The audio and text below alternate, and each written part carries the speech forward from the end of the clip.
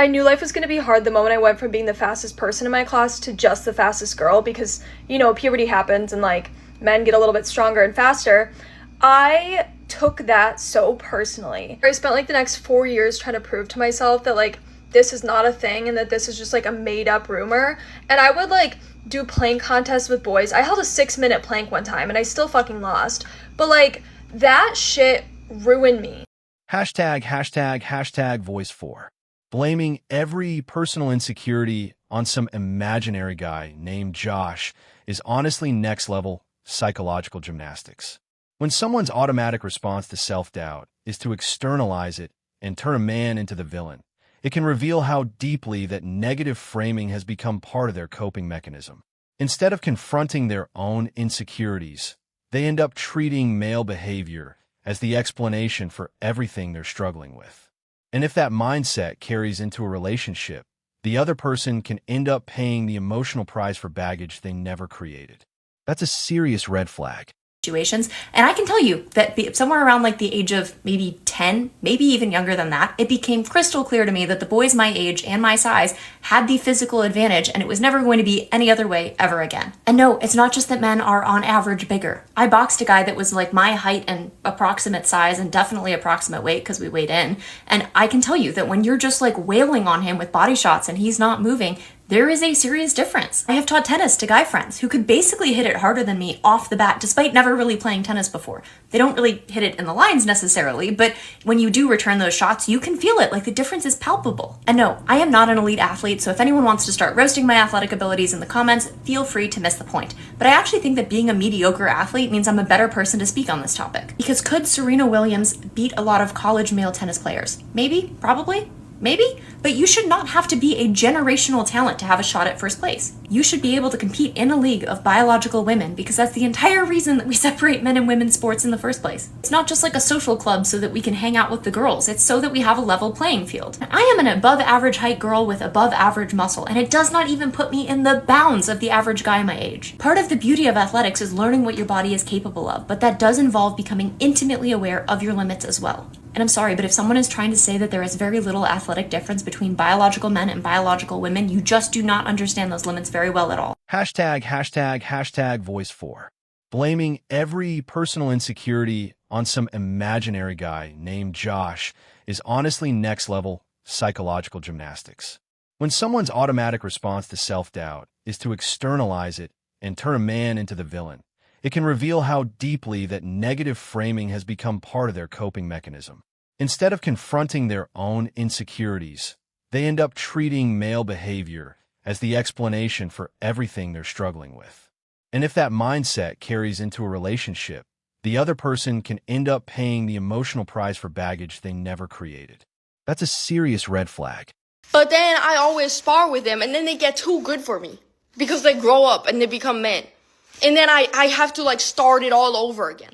And I can never like move on and like always start sparring better and better people. Like since I remember, I've always been sparring like somebody like up and coming, like somebody who is getting really, really good. And then they get really, really good and I can't spar against them anymore because they grow up and they become men. And I'm like, sometimes I'm like, damn, I really wish I could just like get like better, like how the guys get better. Because when I get better, I just get a little bit better, but I'm not good enough to be sparring like advanced grown men, right? So when I say like that I can't spar like men, I mean like I can spar men that don't have any experience, but as a Hashtag voice 3. Watching a female athlete openly explain how biological differences can create real physical boundaries is a powerful reminder of why complementary strengths exist in the first place. When society tries to convince people that men and women are completely interchangeable in every physical situation, it can create unrealistic expectations and make us overlook the qualities each side naturally brings. Acknowledging fundamental differences isn't about claiming one side is superior. It's simply about staying grounded in reality and learning to appreciate the unique strengths that both men and women can contribute. That's a fair point. Why would I let a man tell me that? Like, now, anytime I'm having negative self-talk, oh, you can't do that. Fuck you, Josh. You think I can't do that? Please. And it has increased my confidence tenfold. Highly recommend. Hashtag voice 2. Hearing a woman describe her real-world athletic experiences with that level of honesty cuts straight through all the noise. Once a woman actually steps into the ring or onto the court and competes directly with men, those idealized Hollywood ideas about physical equality can disappear pretty quickly. Recognizing biological differences isn't about putting women down. It's about acknowledging the physical realities that shape male and female strengths differently in the first place. Understanding those differences can create more realistic expectations without diminishing anyone's value. Pulls away of God's original design for man and woman. God, man, woman, children.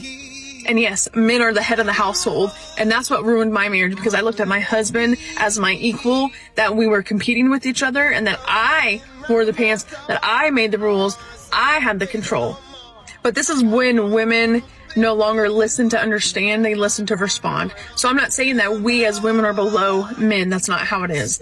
And women are going to hear this and think, I can provide for myself. I can do everything that a man can do for myself and be happy and do what I want to do. Listen, I know you can. I can too. That doesn't mean we're supposed to. We are not equal. We are equal in importance, but we are not equal in our roles. Feminism completely destabilized the whole family structure, and we're watching the consequences of it in real time. The problem does not lie with the woman having her own job or even having a career or her own business. The problem lies because feminism told us to prioritize all of that over being a mother and a wife. Feminism has sold women the lie of freedom, but take a look around. Are women actually freer? But actually, if you look around, women are more anxious, more lonely, more confused, even more medicated than ever. They're not freer. So maybe, just maybe, the problem isn't men. It's a lie that we've been sold. And I only say all this because I know I've been there, I've lived it. I'm speaking from truth. And Jesus saved me. The culture is going to call this misogyny, this whole post. Meanwhile, scripture calls it order. Y'all have a blessed day. Hashtag voice 1. That childhood realization about when biological differences start becoming obvious is honestly hilarious. Trying to fight against natural biology just to prove a point can be an exhausting battle, and sometimes it ends with nothing more than burnout and a miserable 6-minute plank contest. Instead of constantly competing against natural differences, women can benefit from understanding and accepting their own unique physical and psychological strengths. That allows them to stop wasting energy on pointless comparisons